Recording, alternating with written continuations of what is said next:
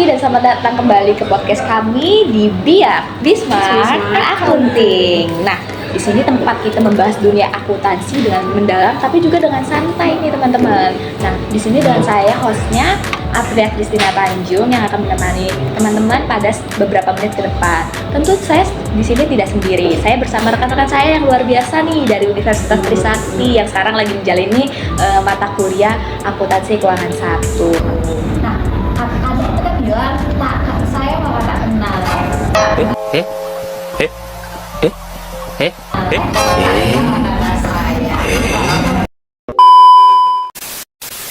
Oke, oleh karena itu kita boleh dong kenalan nih kakak-kakak. Mulai dari kakak yang cantik nih. Halo semuanya, perkenalkan nama saya Putri Tiffany. Halo Kak Tiffany. Halo, aku Alia Sabrina. Halo Kak Alia. Halo, aku Ozlin Syawani. Halo Kak Ozlin. Halo, namaku Nabila Fitria Zahra. Halo Kak Nabila. Nah, hari ini kita akan mengupas tuntas tentang depresiasi, impairment, dan juga depresi, serta bagaimana sih mereka ditindak pada saat di laporan keuangannya. Nah, oke, selanjutnya kita akan masuk ke segmen 1. Segmen 1 adalah apa sih itu depresiasi? Nah, mari kita tanya ke ahlinya nih, Kak Alia nih. Kak Alia, sebenarnya depresiasi itu apa sih, Kak? Depresiasi itu salah satu konsep yang sering dipakai, tapi mungkin masih banyak yang belum sepenuhnya paham nih. Depresiasi adalah proses mengalokasikan biaya aset tetap seperti gedung, kendaraan, mesin, dari periode ke periode selama aset tersebut digunakan. Jadi ini bukan soal asetnya yang rusak ataupun nilainya yang turun secara fisik, melainkan hanya ke membaginya biaya asetnya ini setiap periode agar sesuai dengan manfaat yang dihasilkan oleh aset tersebut. Oh, begitu ya Kak. Nah, kan kalau misalnya di akuntansi ini sama-sama kayak MTK yang rumit-rumit gitu, banyak cara-caranya. Nah, kalau misalnya di depresiasi ini ada metode-metodenya nggak sih buat ngitungnya? Tentu ada. Di depresiasi ini ada beberapa metode. Yang pertama itu ada straight line method atau metode garis lurus. Metode ini cocok untuk aset yang memberikan manfaat relatif stabil setiap periodenya, seperti gedung kantor, peralatan administrasi. Dan yang kedua itu ada metode declining balance method atau saldo menurun.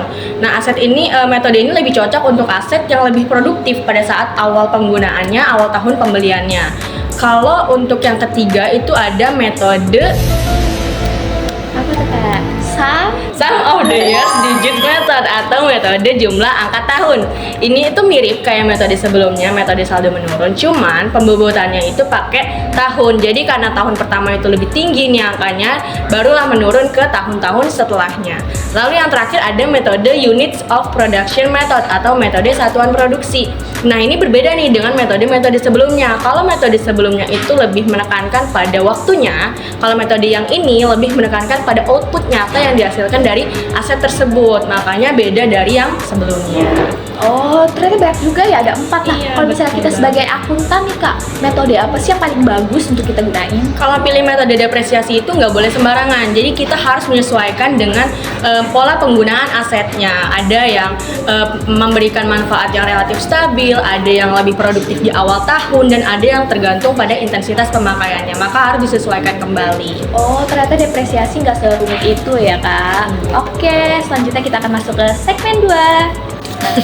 Oke, kembali lagi kita di segmen 2.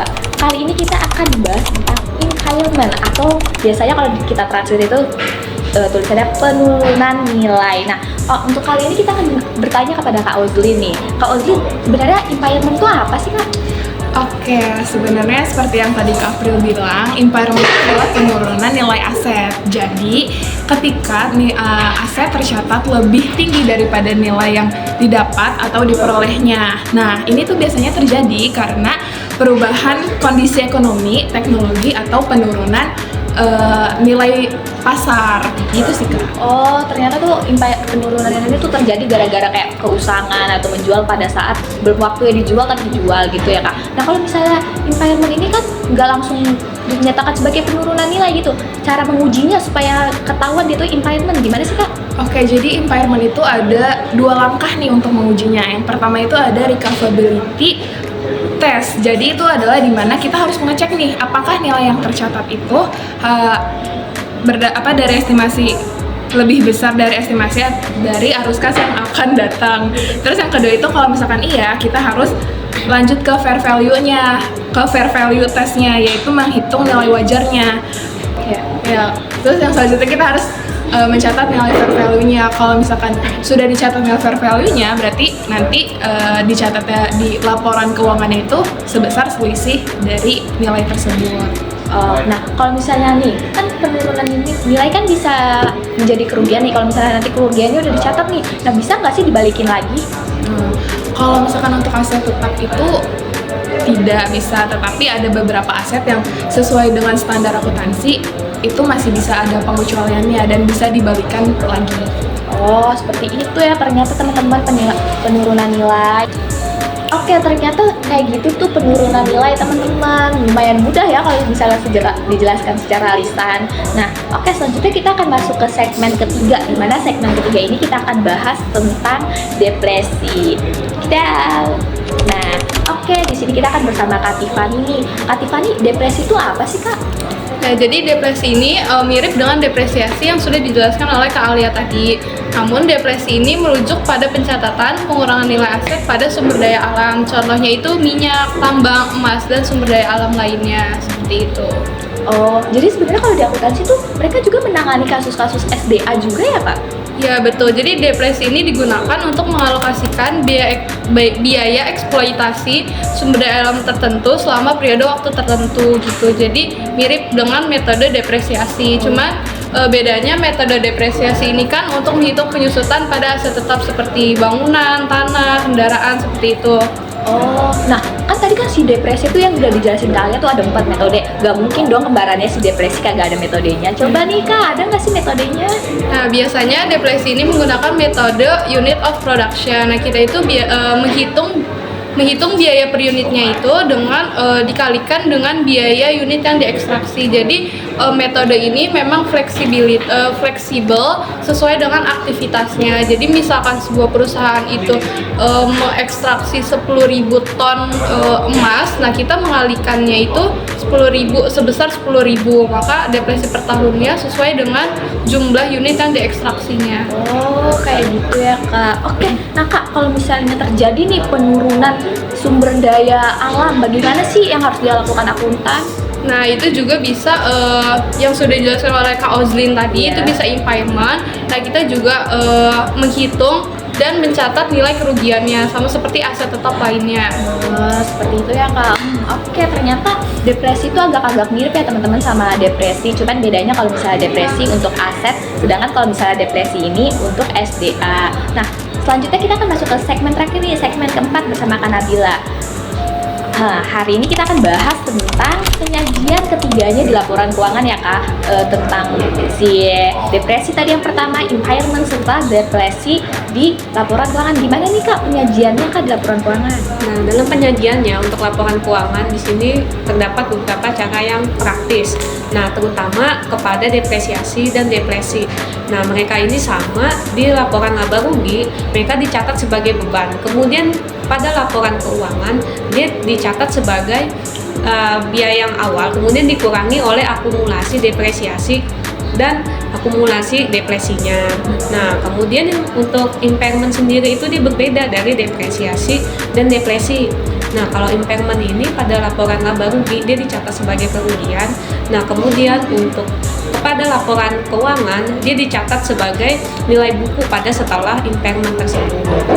Seperti itu ya Kak. Nah, kalau misalnya di catatan laporan keuangan tuh si metode-metodenya bakal ditulis gitu nggak sih Kak, atau dikasih taunya apa di catatan laporan keuangan tentang ketiga ini? Tentu akan ditulis oleh setiap perusahaan. Namun setiap perusahaan kan menggunakan metode yang berbeda-beda. Nah, kita harus mengetahui nih betapa pentingnya estimasi, seperti misalnya masa manfaat, nilai residu, dan penggunaannya yang telah dilaporkan dalam impairment. Jadi teman-teman, kalau misalnya ketiganya ini depresiasi, impairment, serta depresi itu kalau di laporan keuangan ini mempengaruhi 3 laporan keuangan teman-teman. Ada income summary, maksudnya income statement, terus juga ada SOFP, dan terakhir ada catatan laporan keuangan. Nah, lanjut nih teman-teman, kita pembahasannya udah selesai ternyata teman-teman. Singkat sekali ya ternyata yang pembahasan kita. Nah, terima kasih untuk informasi yang komprehensif dari kakak-kakak semua. Nah, sebelum ditutup nih, sebelum kita pergi, kakak-kakak ada nggak sih kata-kata hari ini?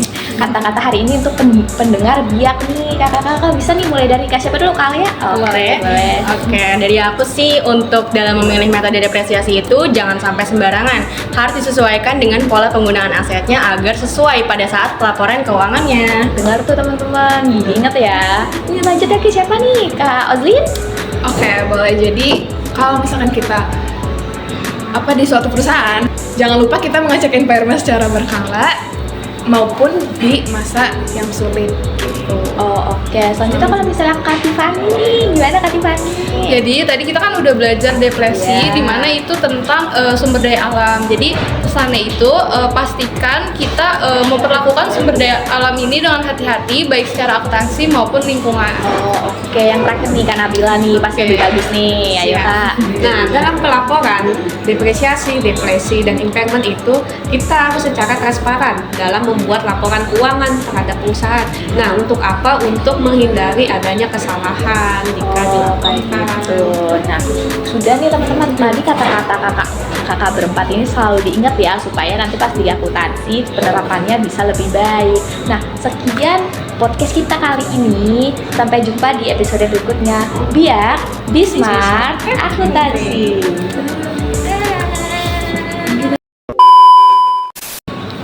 Nggak, be smart, akuntansi, orang be smart, akuntansi. Bingung, kok jadi bahasa Indonesia?